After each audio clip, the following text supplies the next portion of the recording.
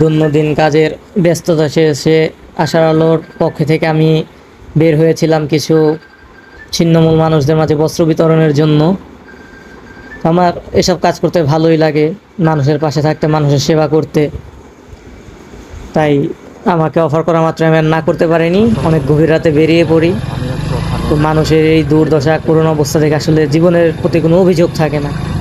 Gulistan, Dhaka university, আরও others এরিয়াতে মানুষ যে কীভাবে থাকে এই গরমের মধ্যে, কী একটা অবস্থা আপনারা দেখতেই পাচ্ছেন। তবে তারা বস্ত্র পেয়ে যেভাবে হাসি দেয়, সেই হাসিগুলো দেখলে শান্তি লাগে। আপনি মানুষের হেল্পের মাঝে যেই শান্তিটা খুঁজে পাবেন, কাউকে হেল্প করে দেখবেন, যে শান্তিটা খুঁজে পাবেন, সেই আত্মতৃপ্তি আপনার আর কোনো কিছুতেই আসবে না। সো যদি সুযোগ পান, চেষ্টা করবেন ছিন্নমূল মানুষের সেবা করার জন্য বেরিয়ে পড়বেন, কখনো তাদের জন্য সময় দিবেন।